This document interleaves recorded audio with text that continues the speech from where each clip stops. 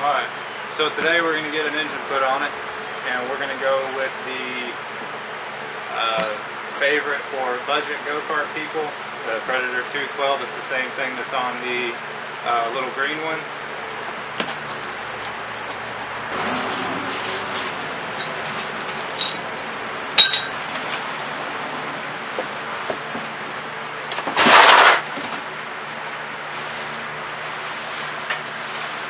So I'm going to get to it.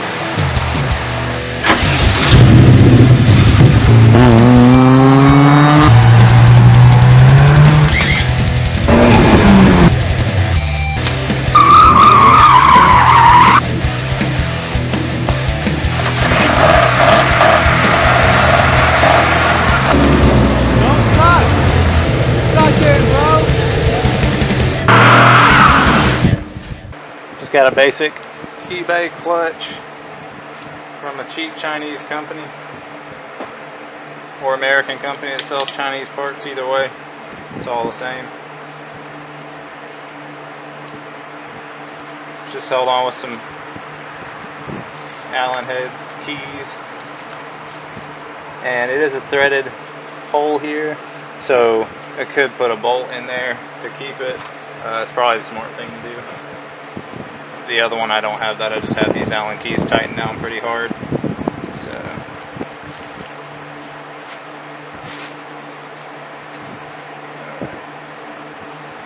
it does come with its own built-in keyway that does match up to this, so just kind of take this thing out of there if it'll come out.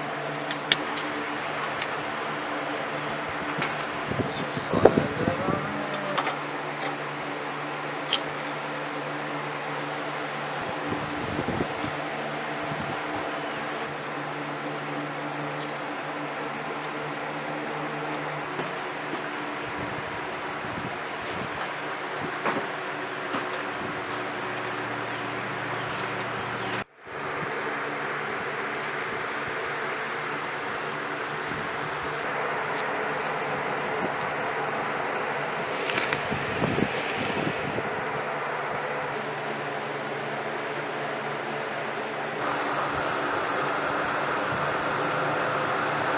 So in order to make it fit, it does have good clearance here. It is very close to the clutch where the brake connects, and the rod has plenty of room to move for the brake. It is awfully close with the chain, which isn't much of a problem, but in order to tension it, it would be better to pick it up a bit. So I think what I'm going to do, instead of welding a small piece of plate or remaking the plate completely, I'm just going to make a couple of extensions and sandwich them in there and actually lift the engine up just a quarter of an inch, half an inch, and that'll pull it away from all the spots where it's tight and allow it to move forward just slightly. And I think that'll take care of most of the issues, and shouldn't be too bad.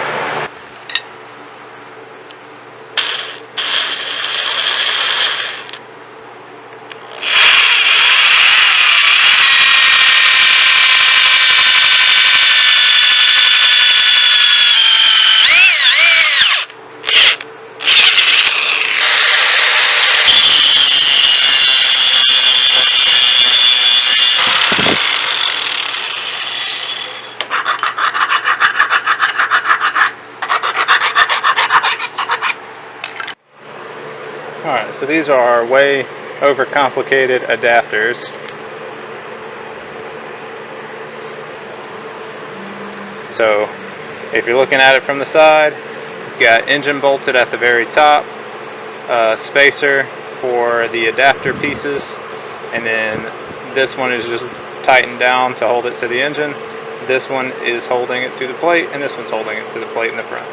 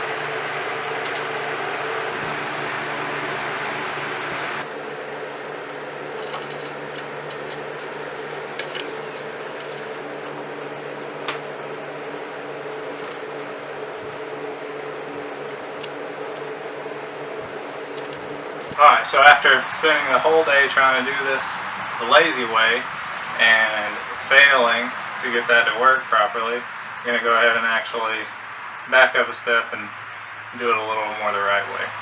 So I went ahead and made up this little plate, and all we're going to do is just extend the engine plate back. And what that'll do is allow us to set the engine in place, make the chain a little bit shorter, and then push it forward to actually get it tight enough. No matter what I tried yesterday, I just couldn't get it to tighten the chain enough without going higher and hitting any of these bars. We kind of have a perfect amount of space for the clutch, and so the only option is to actually extend the engine plate back enough to have more adjustability.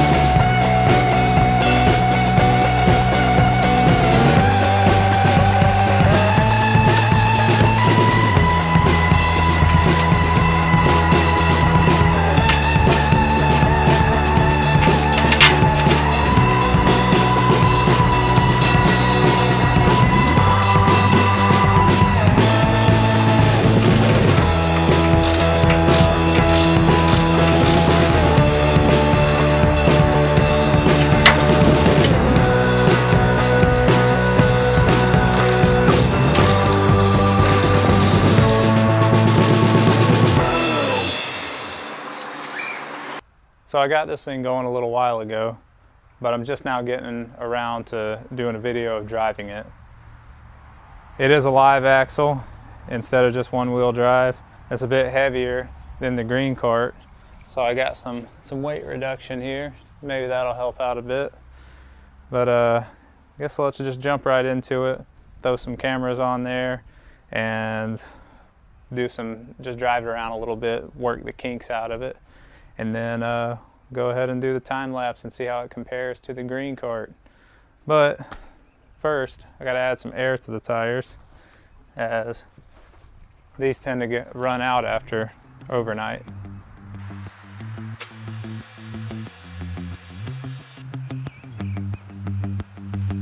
Can't anything I mess with ever just hold air?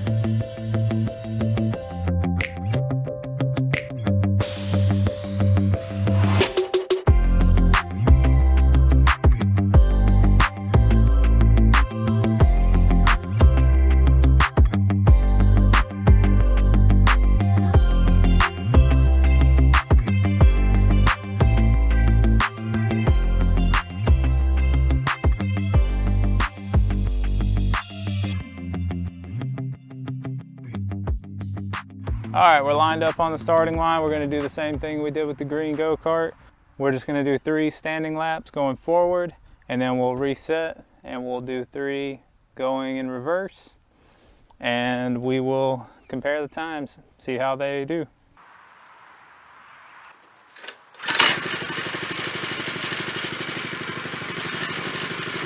All right, so lap 1.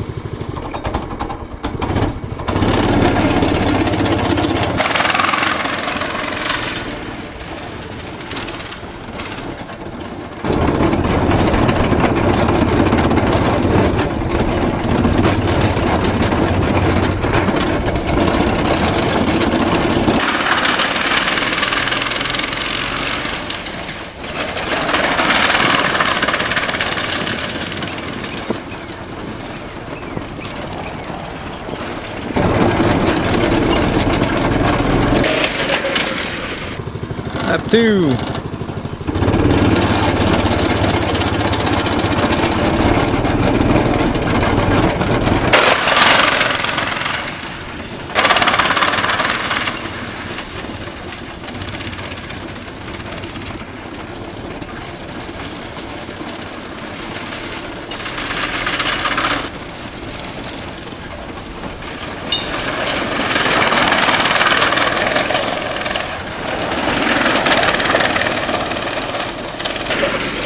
Lap 3.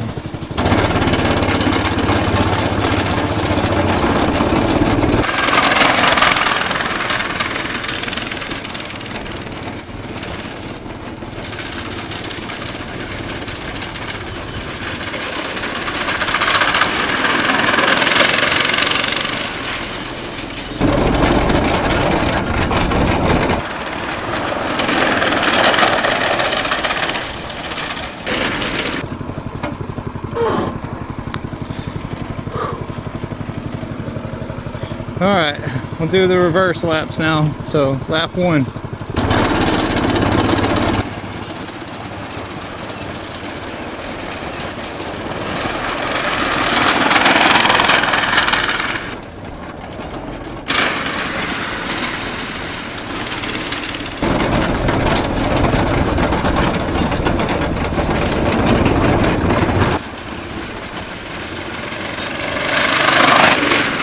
All right, lap 2.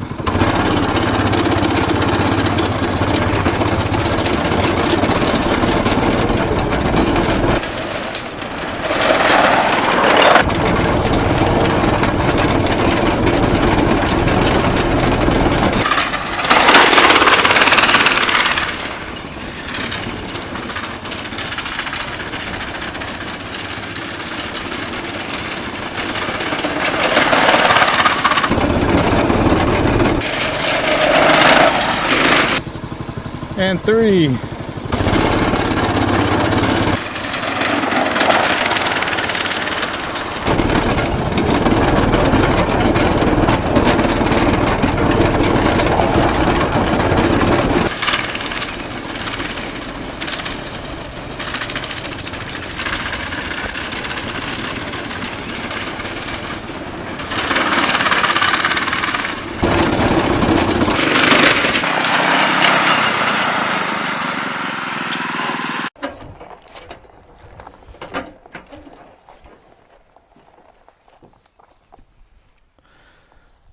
All right, I guess I'm gonna finish this build the same way I started it, by dragging its non-operational carcass into the view of the camera for you guys.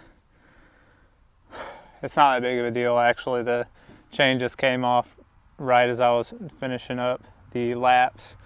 I just don't feel like putting it back on. This thing's rough to drive, but I've got the lap times to compare them to the green one. And I don't know if it's a combination of being so worn out from trying to drive this thing. As you can tell, I had to hold the bar just to keep myself kind of sort of in place, and you know, it banged my head around enough that I forgot how to average lap times, but I think I figured it out. So let's take a look at them. So when we're looking at the forward laps, they do jump around a bit all over the place, and they average out to 33.76, and then in reverse we average out to 33.84. So of course, if we compare the average forward lap to the average forward lap, we got the green kart is just a little bit slower than the red kart, but on reverse, the green kart beats the red kart by more than a second. But I'm gonna be honest, whether this thing is faster or slower than the green one, that green one is way better. This thing is hard to handle.